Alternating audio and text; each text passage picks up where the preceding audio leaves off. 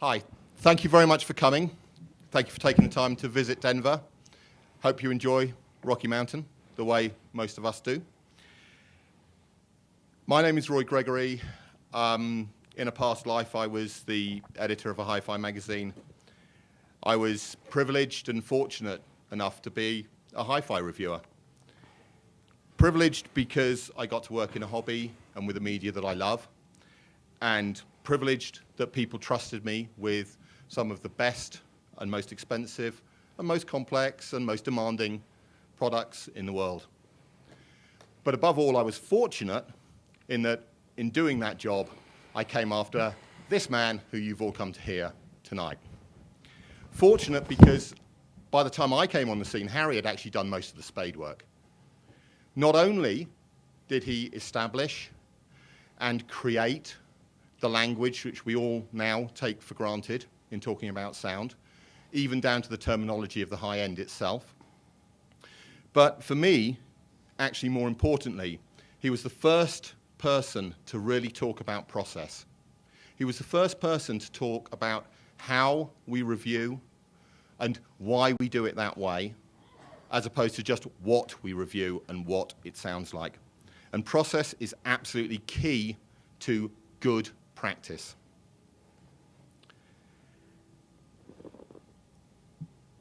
Reviewers, reviewing, magazines in general are facing a crisis of confidence and a crisis of credibility. And frankly, it's high time we put process back on the agenda and revisited it and discussed it again.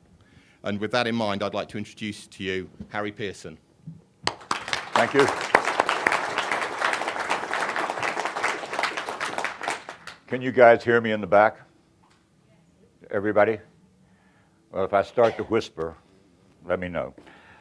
I had intended tonight to talk about, when the program notes were devised, about what I see as the present, new, and coming golden age of hi-fi design. There are a number of products out there now that are forerunners of what I think is going to be our best period, the best one since high-end was invented some 20, 30 years ago. And I had a whole list of them. For example, there's the Furatech player, which you put your disc on, and it takes all the magnetic particles and aligns them, and you listen, and you don't hear any grain. You don't hear any noise. There is Carl Marchestota's little speaker called the Micro Reference. It's like this big, blows everybody out of the room because of transparency and clarity. There are the new Teflon caps and everything, and including CJ's latest electronics, which solve some old problems in time alignment. You won't believe it when you hear it, and it's really wonderful. And these are things I wanted to talk about, which is sort of problematic because there's the Veloci, I almost forgot. That's the battery tube-operated line stage and bonus stage, and now they showed their amp upstairs. That is a revelation if you want to get rid of all the outside interference. But we've got to figure out how to describe these and how to invent and build upon our language so that people know what we're talking about. How would you know what I was talking about on the Furatech unless I could explain a kind of grain that's removed and the veil that goes away? And this is where I think our challenge lies for now and in the future. And what bothers me is I believe that in general, reviewing, and I don't mean anything specifically. I'm not talking about reviewers. I'm talking about the process tonight. I think that we have to take our work more seriously, and we're not. We're turning out reviews, we're doing this, we're doing that, but we're not paying attention to what a review is for. A review is this, in my opinion. The equipment is like the road. The destination is the music. You don't fall in love with the road necessarily. You might like it because it's pretty, and people do like things that are pretty, and they should if they don't live with perfection. But it's music that we're devoted to, and supposedly devoted to, and to be devoted to that, you want to get more of it. If you've ever heard a string instrument like, say, a Strad play, and you hear the overtone structure, it will immediately shock you, because you won't hear that most of the time on records. And we're getting to the point now where we can do that. and we really are. We have a generation of stuff. I mean, Teflon caps. The capacitors that are in speakers are so much better than they were when, say, Arnie was designing or anybody else. The improvements in ribbon tweeters and plasma tweeters. I always get up on this one when plastic tweeters, I call them, the plastic ribbons. Okay, and what I think we aren't doing is I think a lot of reviewers have forgotten that the point of reviewing is the music. Why? Because the music is for you guys, all of you. It's not necessarily just for me or anybody. The music is for all of us. What is music? I think music is God's gift to us. It's indescribable, but it's, you know, it's almost divine. If that sounds like I'm turning into a holy roller, I'm not, believe me. I'm worried about this, and I've been worried about it for a while, and I'll tell you why. I started out, you want to know some background, where you're going to get it. I started out in the hills of North Carolina, and the only way I could ever hear music at all was a record player, and it started out with 78s that my parents had. And it went up to a first mono disc, and then the first stereo disc, which really thrilled me. That's when I became really fascinated. And what fascinated me the most, and I've said this before, was Mercury Living Presence. Why? Because no matter how mediocre the player, you got the sense of the music through a Mercury recording. And her recordings live today, her being Wilma Cozart. So I had Wilma Cozart's recordings when I was in college, played through a system that you guys would all laugh at today, and I would too. I was also studying while I was there. I decided to be a psychiatrist. And my mother said, "Why do you want to be a psychiatrist?" And I said, "Well, you should know."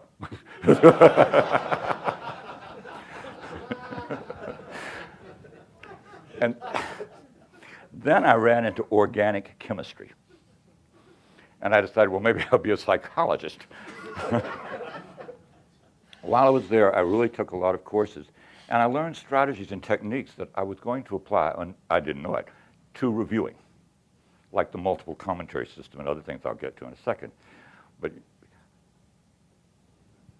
then I went into reporting by accident.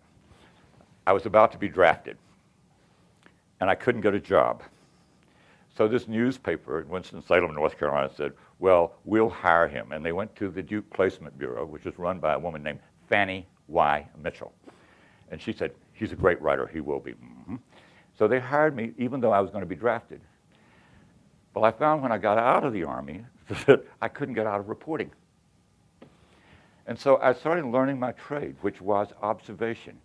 I wasn't a left or right-wing journalist in the traditional sense. What I was a reporter. I looked at things and reported them and let people make up their minds as best I could report them, and completely. And I sort of almost reviewed it like theater. I mean, doing Southern politics, let me tell you guys, and I did, is insane. Because back then, they weren't crazy, but they were colorful. And I got my basic training without knowing it.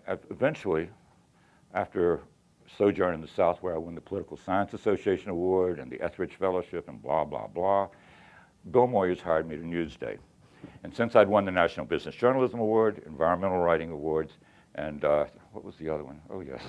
He said, why don't you take your pick? You want to write about politics? You want to write about environment? Or do you want to write about economics? And I thought, what will the issue for the rest of the century be? You know the answer to that. Environment. I said, let me do that. And I was the first environmental writer, and Moyers was one of the best guys in newspapers I ever worked for. He's as honest and fair as they get, and no matter what people say about him. Well, Moyers met a fatal end because the owner of the newspaper decided he was a communist because he sanctioned an editorial about the Black Panthers and said that they had the civil rights like everybody else did. This, to the owner of the paper, Guggenheim, meant he was a communist. And so Guggenheim sold the paper to the Los Angeles Times with the provision that Moyers never come back. And that's when the Absolute Sound started being born. It was coincidentally helped by the fact that Gordon Holt figured into this in ways that I don't think he would have ever anticipated. He wrote a review on the double KLH Model 9s for high fidelity. And it was one of the best reviews. If you can go back and look it up, it was wonderful. And all of the advertisers who built speakers started complaining. He said, this is the best. Where does that leave us? And so Gordon was shown sort of the door voluntarily. What he did was he started Stereophile. And at the time Stereophile started, which now sounds like pterodactylian history, it's so long ago, there weren't any other magazines that called the shots. And at first he didn't take editorials, but what he did, and he did a lot of recording, as I was going to do later, and he called it like how close it came to the sound he got. And he didn't take commercials, and it was a little small magazine, and you can see where this is going, right? But he started getting bored, and he also had a lot of outside jobs. He wrote for instruction books for Dynaco and people. This is about the time that, and oh, I didn't tell you one little part, just for fun. Gordon, when he quit, sent out a newsletter to people, one sheet of paper, saying he was starting this magazine called Stereophile, and it would be independent, and it was going to be wonderful. So I subscribed, and the guy who helped me start the magazine, John Coolidge, subscribed, and a bunch of us who really liked music and really wanted, what we wanted to know was how do components sound, and do they do honor to the music? And that was the question we wanted to know. And we couldn't find out anywhere because by this time, the advertising influence had gotten so great that it was hard to get a review that took a stance that would rank things. And instead of just saying, you know, whatever.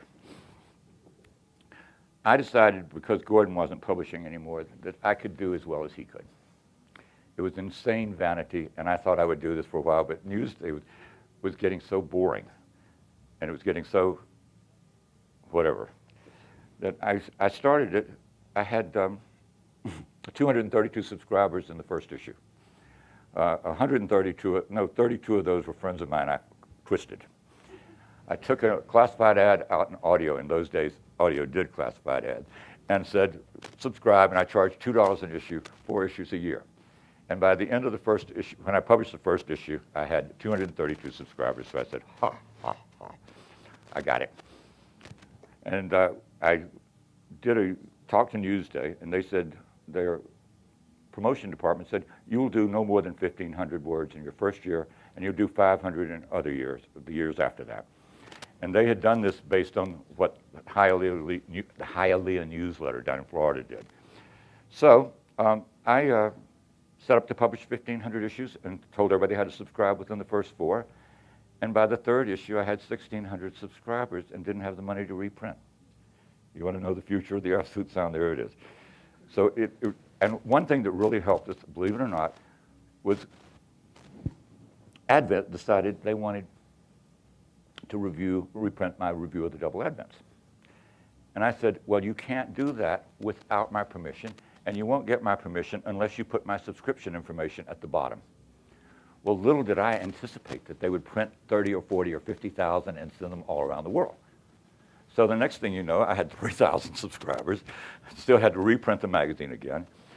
And during this time, I started developing my theory, which was, they said that you were a subjectivist if you didn't measure. And I said, I don't think you are. I said, I think you're an observationalist. Subjectivity means whether you like it or not. But observation means it does this doesn't do that, does that, do that. And then in order to balance that out, I thought, given the psychology training, that maybe we needed extra comments. So, because my bias might not be anybody else's.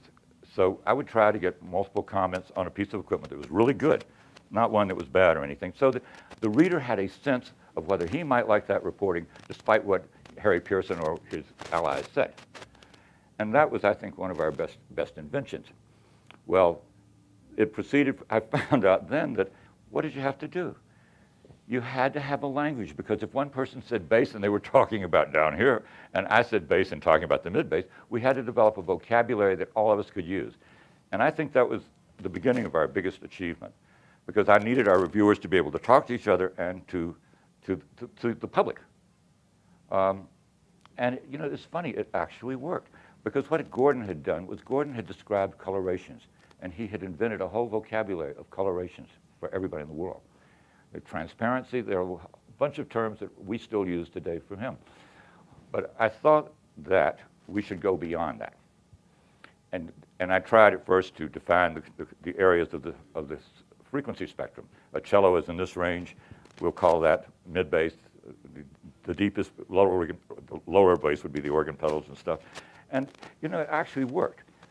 Well, then along came Mr. Nudell with the QRS and the early series. And I invented something that didn't exist, the 1D, which I put Mr. Winey's woofers with it. What I did, unbeknownst to me, was got rid of all the diffraction effects from the other speakers. And Arnie's speakers, I hope this is not too insulting, but Arnie's speakers in the early days did not have as good a bass as they would develop after all of this. And it showed me something, because no diffraction, you heard a soundstage. Before then, when people talked about imaging, they were talking about hearing things, but they didn't have a stage. And when you go to a concert, what do you get? You get a stage. And it goes, and the next thing, of course, was it had depth, because if you got the width, then you get the dimensions. And to this point, believe me, people said that tubes created artificial depth. And they said that only solid state could be accurate. They laughed at us when we said we could hear a difference of 1 dB. You should have seen the howling. The funny thing was that the measurements that they were taking were conventional measurements, but they were selected aspects of the sound. They weren't the full aspects of the sound. So we had some fun with them. And the QRS-1D introduced an entirely new concept, which was sound staging depth. In other words, the spatial dimension of sound. And I think that was our greatest achievement in the Absolute Sound's early days. So that is how we came to sort of where we're supposed to be now, I think.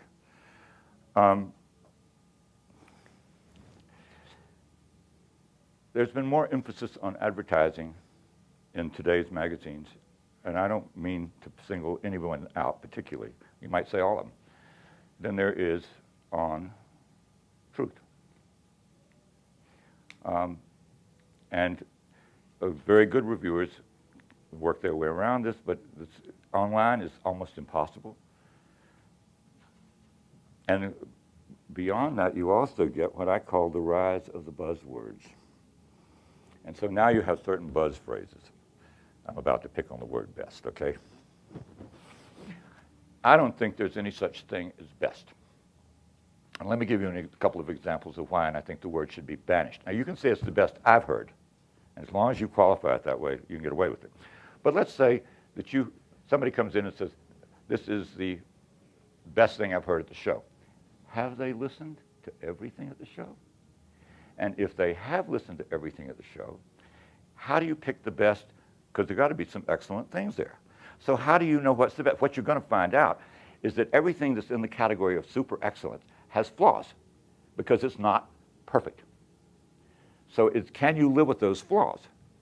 And a great reviewer will tell you what the flaws are and whether you can live with them, but he will emphasize for you how close it gets to music and why it is generally excellent.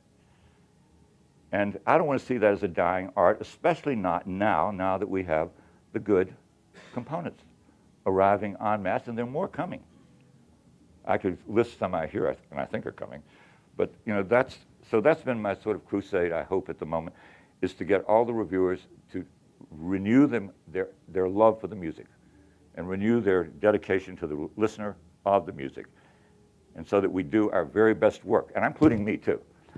I think we owe it to the people who read the magazines to show them how to get most music, because I believe they'll get the most enjoyment out of the most music leastly colored. Is that articulately put? No, I don't think so. Well, let's see, I think I have one more note here, but my point being that did I bring my, guess what? My reading glasses. I passed 184 last year. Yeah, one of the things I just wanted to say was, oh, you don't react to other reviewers too. That's one of the things that all of us know. You can't read some other reviewer and then write a review based on him. So I try never to read anybody else's review until I think about what I want to say. There's a lot of that goes on. There is a reviewer on another magazine whose name I shall not mention that almost everybody writes against. But that's not the point of a review. You want to hear the component. You don't care if I'm writing a review about such and such cartridge, whether you know, I'm reacting. You want to know what it sounds like. You don't want to know what somebody else said about it. You can read their review, not mine. And then online, we have this problem too. I think the online thing is not good because there are no qualifications. Reviewers have to have standards. First of all, they have to tell you what their biases are. And they have to tell you what their limitations are. I've made mine really clear, and if I haven't, you can ask me. Reviewers also have to give you a sense of their room and what the problems are in their room and how they counteract those problems with their equipment reviews.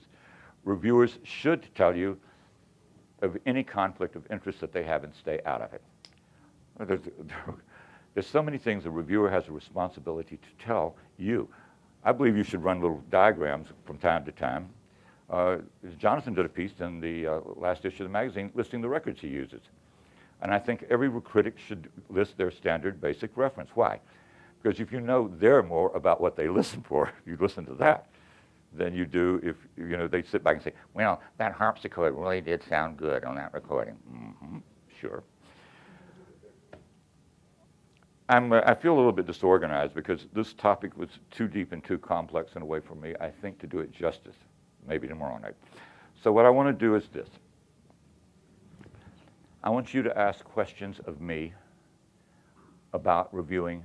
Now, I don't want you to talk about specific reviewers, and I don't want you to talk about specific magazines. I'm not here to beat the drum, but I am here to talk about the process and about the music.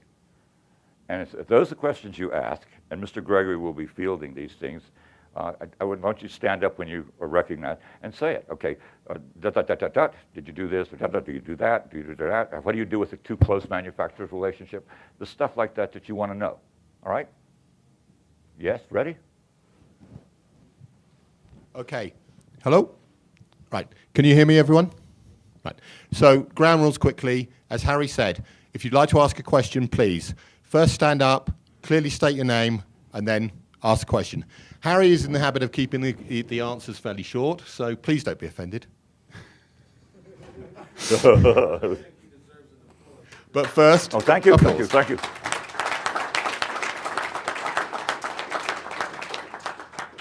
So, could we have a first question, please?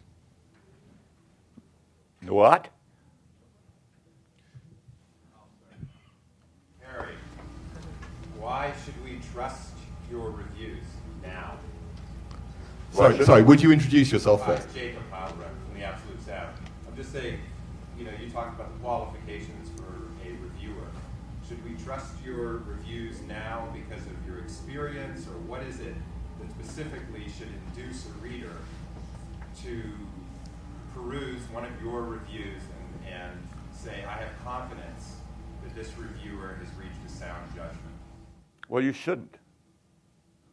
What you should do with me is see what my references are. I've told you it's the absolute sound, unamplified, live music occurring in a real space. I try to adhere to that. I try to tell you what it does and what it doesn't do. And I have a lot of experience, and a lot of people have found value in what I had to say about different products. But I don't think anybody out here, including me, is a guru that you should believe. When I write something, or I have people write something, ask people to write something, you're supposed to question them. You're supposed to use what they say to start your own explorations. I am not the end of the process. You are looking for the music. I am somebody along the way who can help you, maybe. I think I can. And I believe in myself because I think I tell the truth and all that stuff. But, that's why I think. Okay. Mike McCool, Harry, in your magazine years ago, I noted that you would have products reviewed by more than one reviewer to get more than one perspective on a given product, which I found very useful. And in fact, could have been misled by only a single viewpoint on a product. I don't see that anymore. I very seldom see it. I see it a little bit on the internet, but in the print magazines, I very seldom see it. Do you think that that is a course that should be more in Yes. fashion today? Yes, absolutely. I'd say it in front of everybody. I think multiple commentary is one of the great ideas of the absolute sound, early years. I think it should be done today, and particularly with a complex piece of gear. I mean, like some of the things I mentioned to you, I think I could use a couple of opinions on the Furotech, a couple of opinions on the Teflon capacitors. I mean, and I think they should have it. And I think some of your best reviewers with different viewpoints should do them. And I'm willing to participate. Do we have you, sir? Ed Houston. Accessories. I sat through a seminar with you on Nordos cones, and the difference was phenomenal with the cones. When we read your reviews, should the equipment, have reviewers ever considered not putting accessories with them so we know what the equipment sounds like, not the accessories, to where we can judge the equipment? Well, I think you have to review the equipment and then see how you can improve on it if you're a thorough reviewer. If, for example, the Veloce preamp sounds good, and I don't test them after I've said it sounds good, with that or some other thing, or the cables you use with it, I think it's your obligation to try to get the most out of a component. And then, and I don't think you can argue with that. As the person who actually promoted that question, if I could just quickly respond, I think it is actually, as Harry says, your first responsibility is to the product. You have to get the best possible performance you can out of the product. As it stands. As it stands. But if you do employ anything in conjunction with it, then you have to describe that, and you have to describe what its effect is. Yeah, my question was financially driven. You spend $1,000 on something, next thing you know, you got to spend $600 on this. So, Everything's financially driven. thank you. Yes, sir? There's so many variables on how the sound comes out. I'm Richard Breyer, by the way. And how far does a reviewer have to go to try every possible variation of different interactions with components and cables? I mean, really, you just can go so far.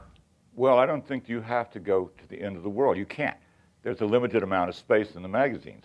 So what you do, and I would do, and I can't speak for everybody, I would review the component as it stands and as it is shipped.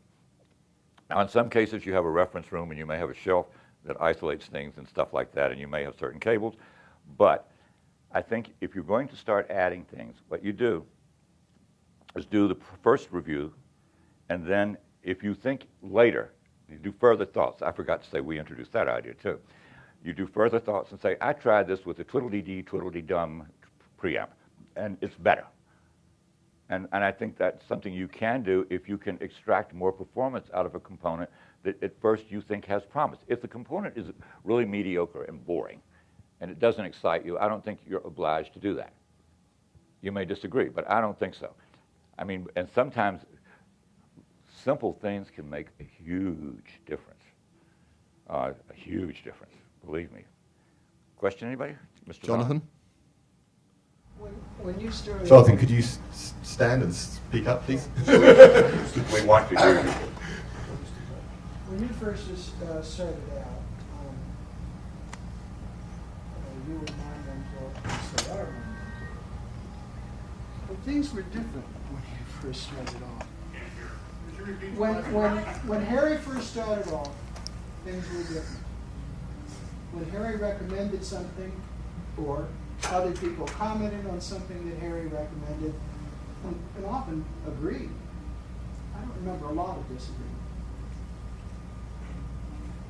The object of that, as I think Harry just said in different words, was to get you interested. This is why you should be interested in this product. These are the reasons, these are its virtues, and these are perhaps its flaws. Now you go do the work. You go to a store and you listen for yourself with your own music, if possible. You take the item home and listen in your home with the rest of your stuff. The trouble is, people can't do that anymore. Things have changed. I mean, there are so many fewer. There are so. This is not a good place to be saying this because there are a lot of dealers and stores here. But throughout the country, There aren't. It's not like it was. But there's a different story there, Jonathan. The story is how the high-end dealers are collapsing and how, as an institution, it may be doomed. There used to be high-end dealers almost everywhere in the country. The point I'm trying to get at is nowadays, I get letters from people from all over the world, from like New Zealand, saying, you reviewed X, and I was so intrigued by your review, I went out and bought it. He didn't listen to it. You know, he didn't go out and try it. He bought it. And you know why? Because the nearest dealer was in Hong Kong, and he couldn't afford to go listen. Well, that's exactly what we had to do when I started the magazine. There weren't a lot of high-end dealers when I started. There weren't any in Arkansas. There was one in Nashville, which was hardly high-end. In Little Rock, forget it. We had to read the magazines to find out what we would struggle to find to listen to. We really did. So I don't see. I mean, I see the point you're at, but I don't think the situation's that different. Is it okay if Garney goes ahead? Yep, Arnie. Actually, in a certain way, I think it's better now than it was. Yes, there aren't too many dealers now, and it would be very hard to find a dealer for certain products. On the other hand, the internet is a very, very handy place. A lot of very, very fine products are being sold on the internet. And the nice thing about it is you can buy a product, and if you don't like it at a certain time, you can send it back. And why is this of advantage? You can take the product, play it in your home for 30 days or whatever. You can evaluate it clearly. And most companies that I've talked to and I've read about, they do this. Once the product is in the home and it's in, the person was convinced initially to try it, was very happy with it at home because he gets to try it in his own environment. With dealers, you can never do that. Okay, another question? But yes, John, go ahead. Go ahead. Testing. Just to follow up, I completely agree with you. And I agree with Harry. Harry, in a sense, built the high-end audio industry. There weren't a lot of stores when he started out. There was a time in my little city of Cincinnati, they were like, oh my God, there must have been a dozen high-end stores. You could hear everything. Everything that was in the Absolute Sound, because it was in the Absolute Sound, ended up in these hi-fi stores. And my point isn't that, my point is simply that you should listen, that you should never buy anything simply because I say it's good, or he says it's good, or anybody says it's good. You gotta listen. That's absolutely true. I agree with that completely, and we're on the same page about this. If you go out and buy something based on what I say, you're doing yourself an injustice. If I send you in the right direction and you like it, that's fine. Yeah. But my point was that I think it's easier to do as you suggested now as opposed to then.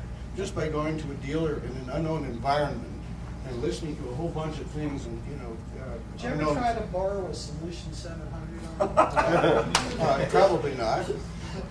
But that's not the point. The point is there are many high-end products now that you can buy and you can send them back. Not all of them. But I think it's a lot easier now. And I think in the future it will get much, much easier. Mike, can we take a question from the back there, please? I just have a very simple question, Mr. Pearson. State of the audio magazine world now. If we come full circle in audio magazines, are we back to the point at which you started the Absolute Sound in the early 70s? And if so, why? And if not, why not? I think the situations are parallel. I think a new magazine could come in, or a magazine. I think there's a market for a magazine. Could you use your mic? You want to put this on me? Yeah, sure. Remember what happened then. The commercial magazines of the time went under because of Gordon Holt and the Absolute Sound. And the survivors today are the magazines that came out of that period of friction and growth and fusion. Another question? Yes, sir. My name's Hal Espin. I have a question about progress, from the perspective of the decades that you've been doing what you've been doing. And, from reading you seem focused to me as a reader on incremental improvements that you may have profound reactions to at the real cutting edge of audio technology. I'm just sort of curious about what your sense is of how far down the high end goes in terms of, there's a lot of magazines are trying to get new interests with affordability and making the audio technology, really good audio technology, accessible to a wider group of people. So I don't know, reading you don't seem particularly focused on the low end of the high end, but how has progress been made in terms of more accessible or affordable, really good stuff? To interrupt you, in my opinion, everything that's inexpensive today sounds a lot better because of the high-end development. And I think that is inarguable. The low-price equipment we have today is so far beyond what we had when I started this magazine, it is not believable. And any one of you in this room who knows equipment knows that's true. I disagree with what you just said. I disagree with that. He made his reputation with the double advent system. Everybody could afford the double advent system. I don't think he ever stopped trying to find really good stuff, right to today, that didn't cost a fortune. I don't think fortune means the same thing to him that it does to some of the rest of us. I always thought that was one of Harry's strengths, You don't mind if Harry disagrees with you? I was going to say, can we have Harry's answer? Let's let him ask a question, okay? John Clance, Alpharetta, Georgia. I talk for a living, so I don't Okay, need well, mine. I do too. Anyway, I've read your stuff, Mr. Balin, and I appreciate it over the years, as well as yours. I read an article in another publication a couple months ago. It's about the music, but it's also about what sounds good to you. You can read a review, you can go listen to a component. Does it please you? Does it give you that emotional experience, or is it merely sounds? That's what it gets down to. It can cost $300 or $30,000. Is it going to work? Well, that's because you're closer to the music. Absolutely. That's how I see it. But my original question was going to be, being a process person myself, working that way, I would like you to get back to your original thought here just for a moment and give us some bullet points of a review process. What should be in the review? What things should the reviewer talk about? And what is fluff and we should just more or less... Do you want to come back tomorrow night? And the reason I ask this is not sarcasm. You've given me some very good points to think about, and I'm not sure I can improvise as well as I should, because this is a good question. It really is. And it's something I should have covered. But when I started planning tonight's program, I was about to faint because it's so complex. There's so many things to talk about. When you talk about the process of reviewing what you want to do, what is the point, how do you do that, you've got to cover everything. You've heard some of the comments going on here, and we could be more. So if you want to, I'll try to do this tomorrow night and say what the bullets are. Because I think that this is something you do over several nights, and I think we should all be thinking about this. I mean, don't pay as much attention to what I say as what you think reviewers should do, and let reviewers know that. All of them. All of them. Me, Jonathan, everybody. Tell us what we should be doing. Tell us where you think we fail. Tell us where you think we could be more valuable in instructing you or turning you on to things. That's our job, and that's what we should be doing. And that's what worries me, given the equipment that's about to come down the line. I want to make sure that we're all on the same page doing it. Next question, please. Yes, at the back, please. I kind of joked about it, but it's no big deal. Every professional organization or group of people have standards. I don't see why audio reviewers can't put together an organization, put down some standards, and agree to follow. And? Would you like me to repeat that? Yeah, I would. Sorry. The gentleman's asking why it seems to be impossible for audio reviewers to form a professional association which imposes standards. Because they're all stars. I'm serious. No, I mean, you get a room full of audio reviewers. Excuse me. I'm just kidding. Come on. I think that the audio, I wish there were an audio review, but generally they work for different magazines. They generally have different competing interests on those magazines, and it's not that it couldn't be done, but if you ask the right question, you should be asking why the audio societies and the professional organizations that care about sound aren't doing this in conjunction with the reviewers. I don't think it's just the reviewers, and I'm not trying to whitewash us or anything. Gentleman on the left. My name is Vitas Vieselas. Speaking of all-star reviewers, I'm wondering where all the rookie reviewers are, and I'm wondering if there's a possibility that, particularly the print side of the audio reviewing industry, may face the same fate as the rest of it, which is that we have an aging demographic, and there's been trouble attracting younger subscribers to this hobby and to the industry. I don't know that I've seen any particular push, perhaps a little bit online, but in the print magazines, to have younger people coming into the fold to help review. I have been preaching the last couple of times I'm here about the need for our community, and I mean community here, not just reviewers, to reach out. Look at the age of this audience. Seriously. Everyone under 40, put your hand up. Do. No, it's not a joke. You're 184, like me. The thing here is that the dealers do not care, or do not reach out to the younger people. I had Mike Mercer here last time delivering a lecture on why all dealers should have docking stations. So that you come in, plug in your iPhone or whatever, and listen on a low-price system, on a mid-price system, and maybe a slightly more, so they could hear what they're missing. And I talked to John Chin out at the Grado Labs headphones, and I was telling him this and telling him, you know, we're not reaching out. We have a potential audience of millions and millions and millions that could keep Highend going for years and years and years, but we're not courting them. And we were talking to this dealer who's downtown in New York. You might know who he is. I don't. And he said, how many students go by your window? And he said, hundreds every hour. And he said, do you have any headphones in your window? No. Now, what does that tell you? You come in, dressed like Joy, for example, into a dealer, and they will, and women come in, tell me about it, ladies. They don't listen to you. They don't take you seriously.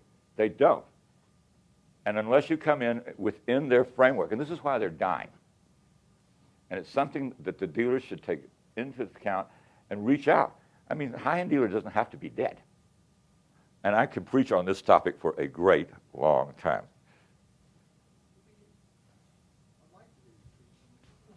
Well, don't worry. If I find a forum, I'll do it. You know your magazine, My magazine. It still is, has a column called Next Gen Digital where we devote every month, page after page, to the very sort of thing you're talking about. Plus, I'd like to point out that the renaissance in vinyl hasn't been driven by the people here. We're already into vinyl. It's the kids who caused the renaissance in vinyl. The way I look at it is there's always going to be a certain number of people that are going to be audiophiles. It's always been that way. It's always going to be that way. They love music. They realize that the better the reproduction, the deeper the love, the deeper the experience. But we're never going to have millions of people. I don't think that's right.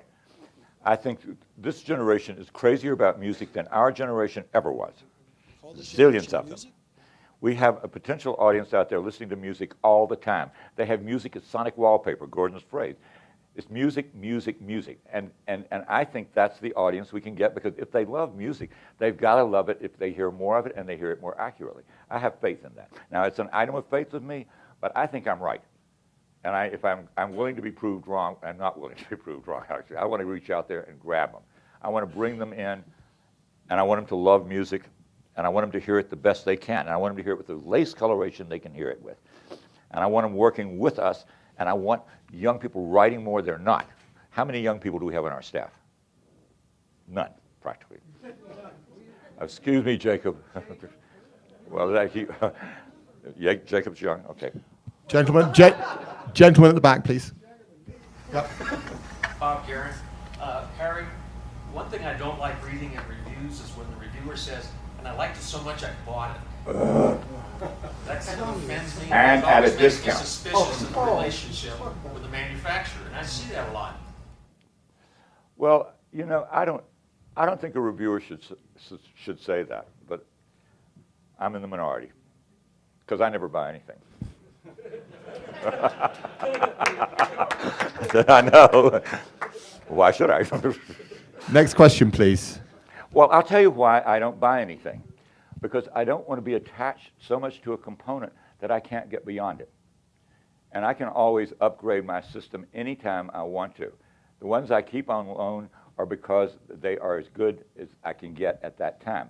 And when they're not anymore, out they go. And I don't have any apologies for that. Okay? Next question. Next question. You be quiet for a minute. Someone other than Mr. Vallin. Do we have another question for somebody who hasn't asked one yet? There's a woman yet before you go? Isn't any woman there going to stand up and say something? No? Okay, it's you. You'll do. Just forget your bra. My name's Rich Tier, and my question is, how do you come up with the language? You know, I mean, some of the things I read in reviews, sometimes I wonder, what does that sound like? Until I actually hear the item in question, and I say, okay, now I understand the etymology of that word. But it's kind of hard, you know. I tried to make a stab at that by explaining that we tried to identify different frequency parts, and more than that, we did that by relating it to the orchestra. So if a cello sounds like a viola, it's wrong. And if you know what those sound like, you can tell what the system's going to do. I had a very interesting critic tell me recently that there was this very famous speaker, and I'm not after individual speakers or critics, and he said, this speaker never gets Frank Sinatra's voice right, and my wife says so. So I said, why? And he said, because that chesty quality that distinguishes his voice is not in those speakers. It's just not there. So think about that.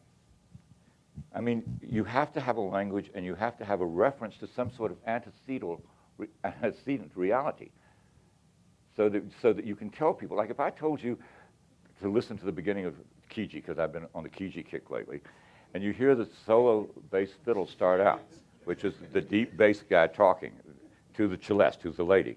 It was sung by a Russian basso in the original movie. You know what a deep bass cello sounds like, and you know how it can imitate the sound of a really low voice. And I think you do this by imagery. What you do is you pick out images, and you try to make your language correlate with the images you're picking out so that people know and get a sense of what you can't completely describe anything. I mean, like if we go to see some movies, and we can describe it pretty accurately, but we're not going to agree necessarily on the nuances and how it works. And this is, okay, and this is, you want to say something, Clement? You haven't said anything. Stand up. Say something. This is Clement Perry. He writes. Well, I'm Clement Perry, and I wanted to just kind of, when I said that's right, I know that the differences between what we like can vary as many people there are in this room. And we try to find the ideal place where all of us like something. That's virtually impossible. Yeah. So, you know, you got the solid state guys who advocate why tubes don't work and vice versa. And one of the things I mentioned to Harry earlier today was the idea of having people come over to basically say to a guy who may live near Vallon to authenticate the experience he writes about, because it takes you closer to that reality. I mentioned it, that in my home, I invite people over all the time. So there's a sense of legitimacy, as well as the idea that somebody can say, I apologize, but this isn't for me, but I can see your endeavor is genuine. If you're a tube guy and I don't like what you're doing because I'm listening to Solid State, we can beg to differ. But, you know, to think that I'm going to convince all of you people here that my sound is ideal based on what I wrote about is foolish.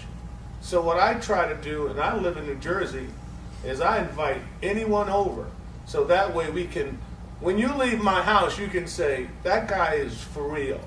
I'm with them or I'm not. But this whole thing about reading journalists and saying, I wonder if they're real, but there's no store I might be able to go into. Like Valen will talk about a component, but the solution doesn't play itself. He's talking about it in conjunction with this, that, and the other. And how often are you going to get to hear something like that? So you have to go to his house and hear it. I said to Harry, I went to Harry Pearson's house a number of times, and the first time I went there, I left home saying, I don't know if I ever heard anything quite like what this man is doing, so forget what he writes. It's real.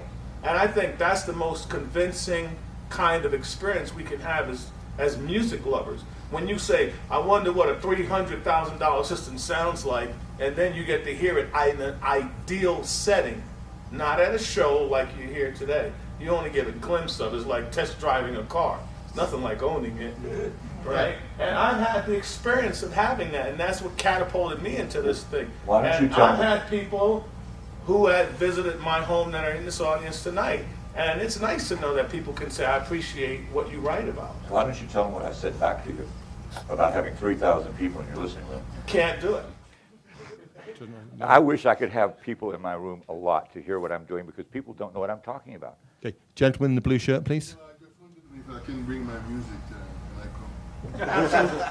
when I come. Essential. We're only taking two more more questions. So get in there or miss out.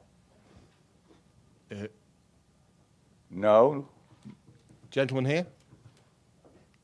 No, well, no, sorry. We'll take you first. You Give after. last. Russell Reich. Harry, I'm wondering if you're doing any questioning about the review model as the center of what Absolute Sound is doing and what we as a community are doing. I ask this because what's the need for that? Why would we want to blow that up or question that? I think that magazines in general are stuck in paper and they can't get out. And there's the issue of the demographic. I think that young people, there's a flood of information. We're all overwhelmed by emails. We're overwhelmed by technological change. There's a role in curation. There's a role in education that I think our community can play, or your community can play, in reaching out to young people to provide a need that they have. I don't know that reviewing is it. So have you considered questioning beyond the reviewing model to do more in different media? If you know me, you know I have. But there are things in that question, there are implications that I don't want to address, because I don't want to talk about specific policies of the magazine I work for or anyone. The reason I don't is because I'm really concerned about the process for all of us. And I think that's much more important than my saying that Absolute Sound doesn't do this or does do that or does do the other. But I understand the question, and I have thought about it extensively. As I've thought about how do you get a wider audience in? Why does this audience only have 5 or 6 people under 40? That's not right. And I'm not saying that you're over 40 that you can't hear or you don't do anything. You're the foundation of this industry. You are the first generation. You are the ones. But you have to help me and others to bring in everybody else. Gentleman at the back here, last question. Yes, Bob Lardon. Harry, you talked about the helpfulness of the multiple views in the reviews. And we also talked about the difficulty in terms of getting equipment. 2 or 3 units for equipment to do right. these reviews. And therefore, related to that, why don't we see more really good comparative reviews? Because it'll assist people who say, you know what, I don't have that piece of equipment. I can't get that piece of equipment realistically. I understand where the reviewer's biases are.